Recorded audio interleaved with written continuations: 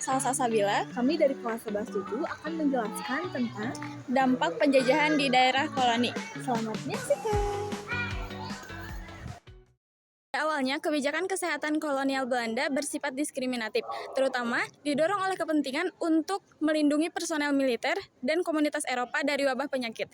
Prioritas rendah pada kesehatan pribumi berubah secara signifikan setelah terjadinya penyebaran penyakit menular seperti kolera dan pes yang memaksa pemerintah kolonial untuk menerapkan kebijakan yang lebih luas, terutama pasca penerapan politik etis. Perubahan fokus ini tidak hanya mencakup tindakan kuratif, tetapi juga preventif atau higienitas, serta menciptakan fasilitas untuk mengatasi ancaman penyakit tersebut.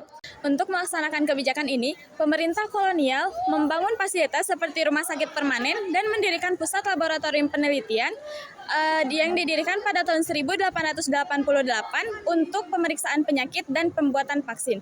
Yang terpenting, mereka mendirikan pusat pendidikan yaitu Stopia dan melatih tenaga medis lokal sehingga membuka pintu bagi kaum pribumi untuk mengakses pendidikan dan menempati profesi baru. Meskipun telah terjadi peningkatan fasilitas dan tenaga medis, ternyata layanan kesehatan dan higienitas tetap berjalan lambat dan sangat terbatas. Mobilitas sosial, pengembangan ekonomi, dan kebutuhan administrasi kolonial menjadi pendorong utama untuk memobilitasi teritorial dan sosial di Hindia Belanda. Hal ini memicu untuk pembangunan infrastruktur secara besar-besaran seperti jaringan pelabuhan, terus kereta api, dan juga jalan raya. Untuk memobilisasi hasil bumi dan yang terpenting untuk memobilisasi para pekerja yang berada di perkebunan maupun di pusat-pusat industri lainnya. Nah, terus penyebab dari infrastruktur tersebut juga dapat memicu perpindahan penduduk yang sangat besar dari desa-desa ke pusat ekonomi.